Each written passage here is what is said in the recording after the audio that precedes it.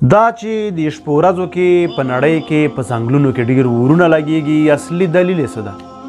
ولې په ځنګلونو کې اورونه لګېږي؟ انسانان یې ولې په اسانۍ مخه نسي نیولی؟ آیا دا اورونه په خپل سر لګېږي که نه انسانان یې لګوي؟ که په خپل سر لګېږي د نړۍ په کومو ځنګلونو کې په خپل سر ډېر اورونه لګېږي؟ په دې ټولو زه غواړم نن تاسو سره په تفصیل خبرې وکړم. خو له دې مخکې له تاسو ټولو مو هیله ده چې زموږ یوټیوب چینل ځان سره فالو کړئ، ملګرو دوستانو سره شریک کړئ، په یو لایک او کمنټ زموږ ملاتړ وکوئ. په ترکیه کې په ځنګل کې اور لګېدلی ده. دا سومه ورځ ده چې دوام لري. خو داسې یو ویډیو هم راوتلی چې 2 کسان په ځنګل کې اور لګوي. ډېرو بیا په ټیک ټاک کې ویلي وه چې دا 2 کردان دي چې ځنګل ته یې اور ورته کړی ده. دا هم سرتیري دي.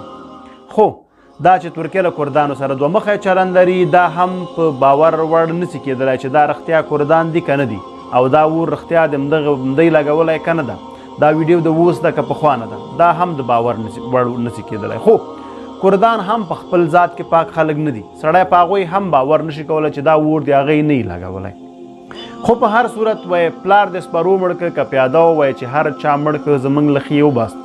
اوس که اور په خپل سر لګېدلی که بل چا لګولی، ترکیه یې وسوځوله، حتی ډېر ځایونه یې ورته وسوځول.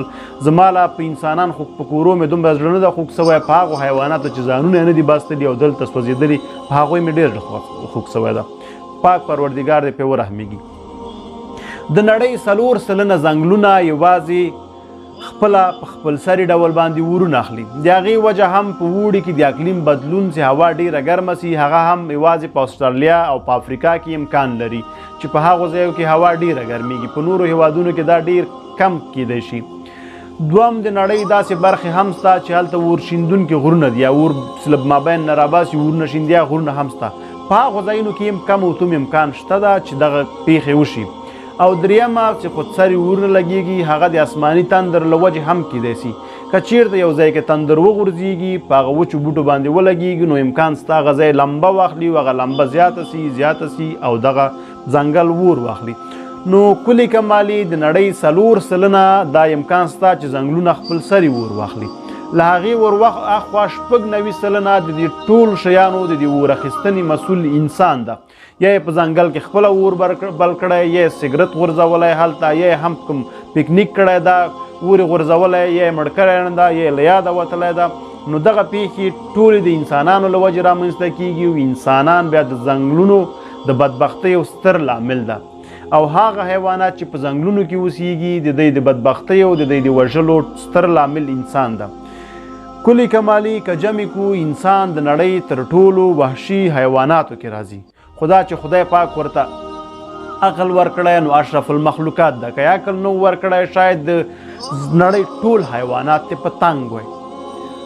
ملګرو له تاسو ټولو مې هیله دا ده که هر ځای ته ځنګل ته ځئ، غر ته ځئ، یا هر ځای ته ځئ چې سګرټ څکوئ، یا هم کوم بل اور هم بل کړئ، یا بله هره پیښه سوي، کوشش وکوئ په منظم ډول مکمل ډول هغه اور مړ کړئ، تر څو ستاسو د هغه یو اور لګولو له وجې نه دغه ټول ځنګل اور وانخلي. ځنګله کې د ډېرو حیواناتو مرغانو کورونه وي.